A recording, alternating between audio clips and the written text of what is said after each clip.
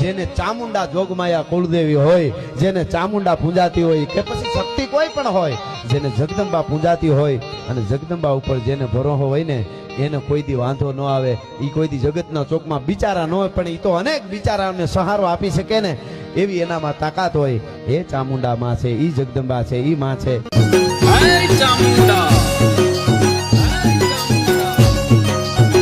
જેને ચામુંડા જોગમાયા કુળદેવી હોય, જેને ચામુંડા પૂજાતી હોય કે પછી શક્તિ કોઈ પણ હોય, જેને જગદંબા પૂજાતી હોય અને જગદંબા ઉપર જેને ભરોસો હોય ને એને કોઈ દી વાંધો ન આવે. એ કોઈ દી જગતના ચોકમાં किस भ्रम में पड़ा मुसाफिर मंजिल बड़ी दूर है दुनियादारी के चक्कर में क्यों इतना मजबूर है